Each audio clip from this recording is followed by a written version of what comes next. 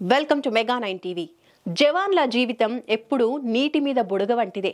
ఎప్పుడు ఎలా ప్రాణాలను అర్పించాల్సి వస్తుందో ఊహించలేని పరిస్థితి. మనమైతే చావడం సంగతి అటుంచితే చావు పేరు తెలిస్తేనే పెంబెలెత్తిపోతూ ఉంటాం. కానీ జవాన్లు మాత్రం మరికొద్ది నిమిషాల్లోనే పోతామని తెలిసినా ఏమాత్రం బెదరరు. ఇంకా చావుకు ఎదురొడ్డి ఢీకొంటారు. ఇంతకీ విషయం ఏంటంటే, ప్రకాశం జిల్లాకు చెందిన ఓ జవాన్ తన ప్రాణాలు పోతాయని తెలిసినా మరో 30 మంది ప్రాణాలను కాపాడి రియల్ హీరో అనిపించుకున్నాడు. ఆయన చేసిన ప్రాణత్యాగానికి దేశం మొత్తం సెల్యూట్ కొడుతోంది.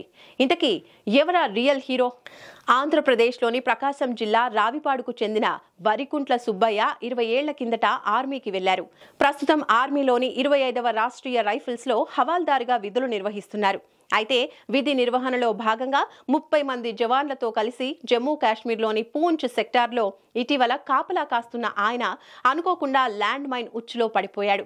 అలాంటి క్రిటికల్ సిచ్యువేషన్లో పక్కనున్న వారు ఏమైపోతే నాకేంటి, నేను మాత్రం బ్రతకాలి అనుకునేవారున్న నేటి రోజుల్లో సుబ్బయ్య మాత్రం తన ప్రాణాలు పోయినా పర్లేదు, తన తోటి జవాన్ల ప్రాణాలు కాపాడాలి అనుకున్నారు.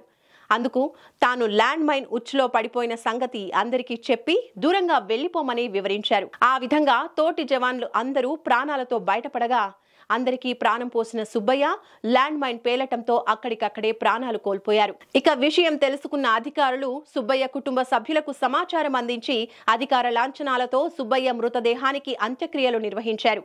సుబ్బయ్యకు భార్య లీలావతితో పాటు ఓ కుమారుడు, కుమార్తె ఉన్నారు. అలాగే తండ్రి చనిపోగా తల్లి తన భార్యతోనే ఉంటోంది.